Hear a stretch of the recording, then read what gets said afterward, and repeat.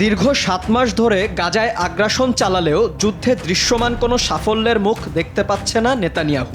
এদিকে পুরো বিশ্বজুড়ে ফিলিস্তিনের সমর্থনে চলছে আন্দোলন। নেতানিয়াহু সরকারের বিরুদ্ধে বিক্ষোভ করছে তাদের নিজ দেশের নাগরিকরাও। এবার বিশৃঙ্খলা দেখা দিয়েছে দেশটির সেনাবাহিনীতেও। অভ্যুত্থানের হুমকি এসেছে ইসরায়েলি সেনাবাহিনীর একজন সদস্যের কাছ থেকে। শনিবার দেশটির শীর্ষ কর্মকর্তাদের উদ্দেশ্যে দেয়া হুমকির এই ভিডিও ছড়িয়ে পড়ে সোশ্যাল মিডিয়ায়।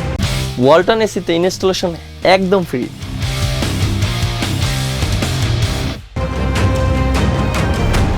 ভিডিওতে দেখা যায় ইসরায়েলি প্রতিরক্ষা বাহিনীর chief of staff Herzi Halevi এবং প্রতিরক্ষা মন্ত্রী ইয়োভ গ্যালান্টের বিরুদ্ধে বিদ্রোহ করার আহ্বান জানাচ্ছে মুখোশ পরা এক ইসরায়েলি সেনা।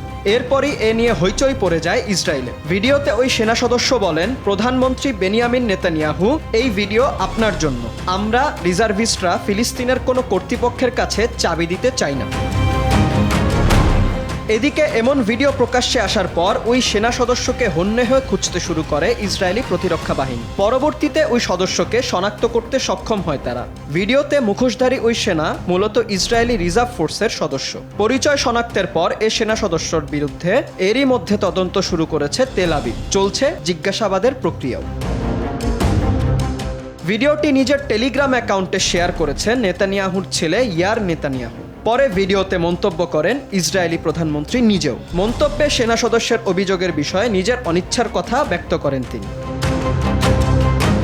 ফিলিস্তিনকে স্বাধীন রাষ্ট্র হিসেবে স্বীকৃতি দেওয়ার দাবি উঠেছে চারপাশে। সেই সাথে ইসরায়েল বিরোধী বিক্ষোভও হচ্ছে দেশে দেশে। এমন পরিস্থিতিতে এ ধরনের বার্তা ইসরায়েলি সেনাবাহিনীর মধ্যে স্পষ্ট বিভাজনের ইঙ্গিত দিচ্ছে বলে মনে করছেন বিশ্লেষকরা।